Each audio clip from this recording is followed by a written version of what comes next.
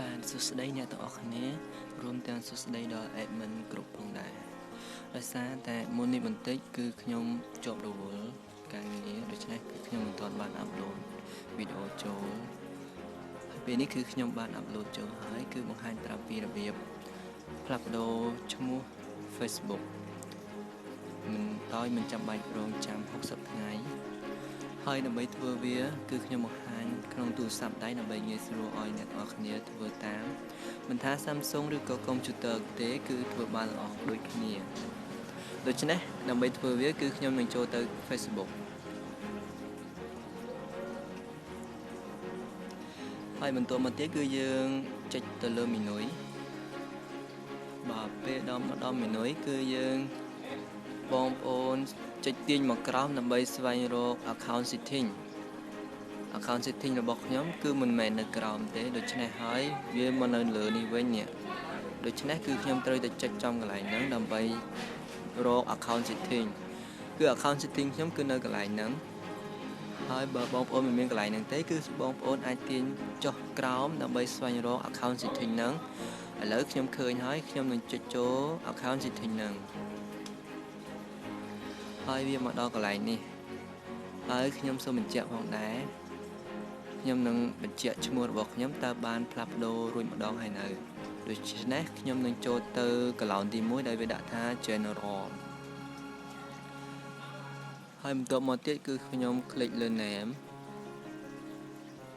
បាទពេលនេះឈ្មោះរបស់ខ្ញុំគឺបានដូររួចម្ដងហើយដូច្នេះបើថាខ្ញុំចង់ដូរម្ដងទៀតគឺត្រូវរងចាំ60ថ្ងៃក្រោយប៉ុន្តែពេលនេះគឺខ្ញុំមិនចង់រងចាំ60ថ្ងៃក្រោយទេគឺខ្ញុំចង់ផ្លាស់ប្ដូរឥឡូវហ្នឹងហើយពេលនេះដើម្បីធ្វើវាគឺយើងចេញមកវិញមកហើយកន្លែងមិញហ្នឹងគឺខ្ញុំចង់បញ្ជាក់ថាឈ្មោះរបស់ខ្ញុំគឺបានប្ដូរម្ដងហើយឈ្មោះខ្ញុំឥឡូវគឺ Ronnie Fusmay ទីទៀតខ្ញុំនឹងដូរវាហើយខ្ញុំចេញមកគឺមកដល់កន្លោននេះវិញគឺទំព័រដើមគឺខ្ញុំនឹងចូលទៅកន្លោនទី2ដែលវាដាក់ថា security យើងចុចចំនឹងទៅបាទមកដល់កន្លែងនេះគឺសូមបងប្អូនកុំភ្លេចមើលទៅខាងក្រោមដែលវាដាក់ថា account ហើយដក clear មកដល់កន្លែងនេះគឺវាដាក់ថា deactivate អញ្ចឹងទាមទារឲ្យយើងចុចលើ activate ហ្នឹង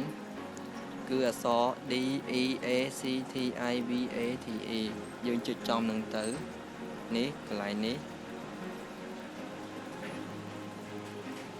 ដល់យើងចុចចូលបាទនៅពេលដែលបងប្អូនចុចចូលវានឹងទាមទារ password របស់បងប្អូនប៉ុន្តែដោយសារតែខ្ញុំបានដាក់ password រួចហើយដល់អញ្ចឹងទៅគឺវាមិនបានទាមទារទេគឺវាមកដល់កន្លែងនេះតែមកតែបើបងប្អូនមិនបានមកដល់កន្លែងនេះទេសូមបងប្អូនវាយ password ហើយវានឹងមកដល់កន្លែងនេះដូច្នេះនៅពេលដែលបងប្អូនមកដល់កន្លែងនេះហើយសូមបងប្អូនទាញមករកអក្សរអង់គ្លេសដែលវាដាក់ថា my account with hacking អញ្ចឹងនេះគឺកន្លោនទី2គឺអក្សរអង់គ្លេសនេះខ្ញុំនឹងធ្វើបង្ហាញប្រាប់ my account with hacking ដល់អញ្ចឹងទៅគឺយើងគ្រីសចំហ្នឹងចុចចំហ្នឹងគឺកន្លែងវង0សហ្នឹងចុចចំហ្នឹងទៅហើយនៅពេលដែលបងប្អូនចុចចំហ្នឹងហើយគឺវានឹងលោតអានេះមកសូមបងប្អូនចុចកន្លែងនេះអក្សរអង់គ្លេសនេះចុចចំហ្នឹងទៅអង់គ្លេសហ្នឹងនេះឃើញខ្ញុំចុចអត់តោះទៅ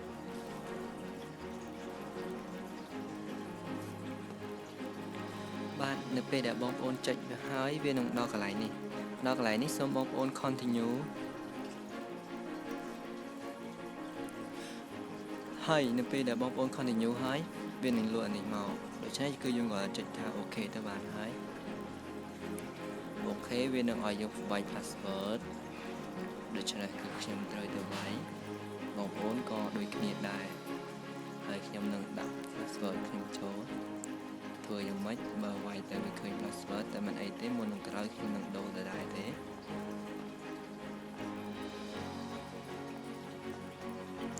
បន្ទាប់ពីយើងវាយ password ហើយគឺយើងចុច login ហ្នឹងទៅនៅពេលដែលយើង login ហើយគឺវាមកដល់កន្លែងនេះហើយគឺយើងត្រូវតែចុចលើ continue នេះដល់កន្លែង continue ហើយគឺវាឲ្យយើងវាយលេខកូដថ្មី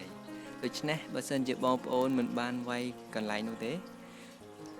ដូច្នេះពេលអាមិញហ្នឹងគឺខ្ញុំវាយហើយបងប្អូនប្រហែលជាឃើញលេខកូដខ្ញុំហើយប៉ុន្តែពេលនេះគឺខ្ញុំត្រូវដាក់លេខកូដថ្មីបងប្អូនក៏ដូចគ្នាដែរដូច្នេះខ្ញុំនឹងដាក់លេខកូដថ្មីកន្លែងនេះគឺ new password ដូច្នេះគឺដាក់លេខកូដថ្មីមិនមែនលេខកូដដដែលទេកុំដាក់មិនមែនលេខកូដចាស់ទេគឺលេខកូដថ្មីលេខកូដថ្មីរបស់ខ្ញុំគឺខ្ញុំបានសរសេរហើយដូច្នេះខ្ញុំគ្រាន់តែផាសវាចូលទេហើយបងប្អូនគឺត្រូវតែ write ទៅដើម្បីដាក់លេខកូដដែលយើងចាំតែខ្ញុំផាសនេះព្រោះអីលេខកូដហ្នឹងគឺខ្ញុំបាន save ទុកហើយដូច្នេះគឺខ្ញុំដាក់ហើយលេខកូដថ្មីគឺខ្ញុំក៏ថា continue សូមបញ្ជាក់ផងថា new password ហ្នឹងគឺលេខកូដដែលយើងវាយហើយកន្លែងដែល confirm នេះ confirm password គឺមានន័យថាយើងយកកន្លោនលើនេះកន្លោន new password ហ្នឹងគឺយើងយកមកដាក់ដូចខាងលើហ្នឹងគឺកន្លោនទី2នេះយកមកដាក់កន្លោនទី2ឲ្យដូចខាងលើហ្នឹងគឺចាំមានន័យថាពីរកន្លោនហ្នឹងគឺពាក្យសម្ងាត់តែមួយទេគឺដូចគ្នាបើថាឧទាហរណ៍ថាស្មីអញ្ចឹងខាងលើបងប្អូនដាក់ថាស្មីខាងក្រោមក៏ដាក់ថាស្មីដែរគឺដូចគ្នាដូច្នេះពេលដាក់ហើយគឺយើងចុចលើ continue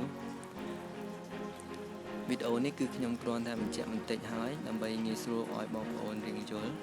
សូមកុំប្រកាន់អីហើយនៅពេលដែលវាមកដល់កន្លែងនេះសូមបងប្អូនគ្រីសនៅលើកន្លោន email គឺខ្ញុំនឹងគ្រីសនេះដល់ពេលយើងចុចលើទៅវានឹងគ្រីសហើយចុចកន្លែងហ្នឹងទៅគឺគ្រីសបន្ទាប់មកហើយគឺយើងដាក់ថា continue បាទនៅពេលដែលបងប្អូន continue ហើយគឺវានឹងមកដល់កន្លែងនេះសូមបងប្អូនគ្រីសម្ដងទៀតចំកន្លោនហ្នឹងទៅនឹងកន្លោនហ្នឹងគ្រីសទៅគ្រីសហើយគឺបងប្អូន continue ទៀតបាទ continue ហើយវានឹងឲ្យបងប្អូនជ្រើសឈ្មោះមួយហើយឈ្មោះខ្ញុំពីមុនខ្ញុំបានដូរដាក់ Steel Boy Ronnie ហើយឈ្មោះឥឡូវគឺ Ronnie Full ថ្មីតែពេលនេះគឺខ្ញុំនឹងផ្លាស់ប្ដូរវាដោយខ្ញុំដាក់ Steel Boy Ronnie ខ្ញុំនឹងដាក់ចូលហ្នឹងវិញ continue ទៅហើយពេលនេះវានឹងមកដល់កន្លែងនេះគឺបងប្អូនគ្រាន់តែចុច log in ទៅ log យើងសកបន្តិចគឺយើងចុច log in ទៅតោះចុចទៅមិនបាច់គ្រីទៀតទេគឺវាអូតូខ្លួនវានៅពេលអូខេហើយគឺវានឹងចូលដល់ Facebook ខ្លួនឯងនៅពេលដែលបងប្អូនចុច log in ហើយហ្នឹងហើយនៅពេលនេះគឺខ្ញុំចុចមើល menu ម្ដងទៀតមើលវាដូរអត់បាទ menu ខ្ញុំពេលនេះគឺបានដូរ Steel Boy Ronnie ហើយដូច្នេះបងប្អូនអាចមើលបានព្រោះអីវីដេអូនេះគឺខ្ញុំទើបតែអាប់ឡូតពេលហ្នឹងទេហើយរូបភាពដែលខ្ញុំអាប់ឡូតចូលក្នុងក្រុមនោះគឺតាំងពីម៉ោង 5:30 នាទីនោះខ្ញុំនឹងចូលទៅនៅសំណងបាទសូមបញ្ជាក់បងថាការផ្លាស់ប្ដូររបស់បងប្អូនគឺបានសម្រេចហើយដូច្នេះការផ្លាស់ប្ដូរគឺបានជោគជ័យហើយគឺឈ្មោះខ្ញុំពីមុនគឺ Ronnie Full ថ្មីដល់ពេលនេះគឺវាចេញដាក់ថា Steel Boy Ronnie វិញហើយអូខេវីដេអូនេះគឺបានបញ្ចប់ហើយបងប្អូនអាចធ្វើតាមបាន